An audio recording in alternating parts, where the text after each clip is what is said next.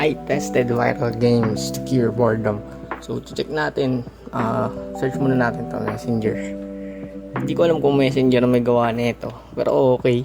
Nakasulat din siya. So, let's begin. Tignan natin ang laman niya. So, papyaw-papyaw lang to. Hindi ko na kayo ibobore kasi bored na nga eh.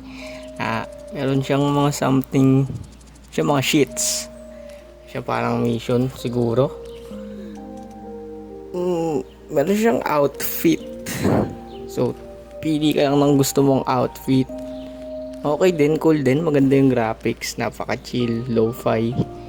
At multiplayer siya. Yan, pwede mo sendan ng tae. Yung babae, yun. Tangina, rhyme god.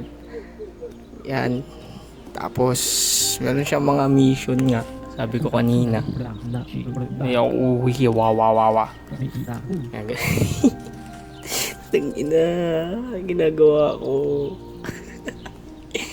So, okay. May matanda. Tangina, ang gagawin natin sa matanda. Ayun daw ang mission.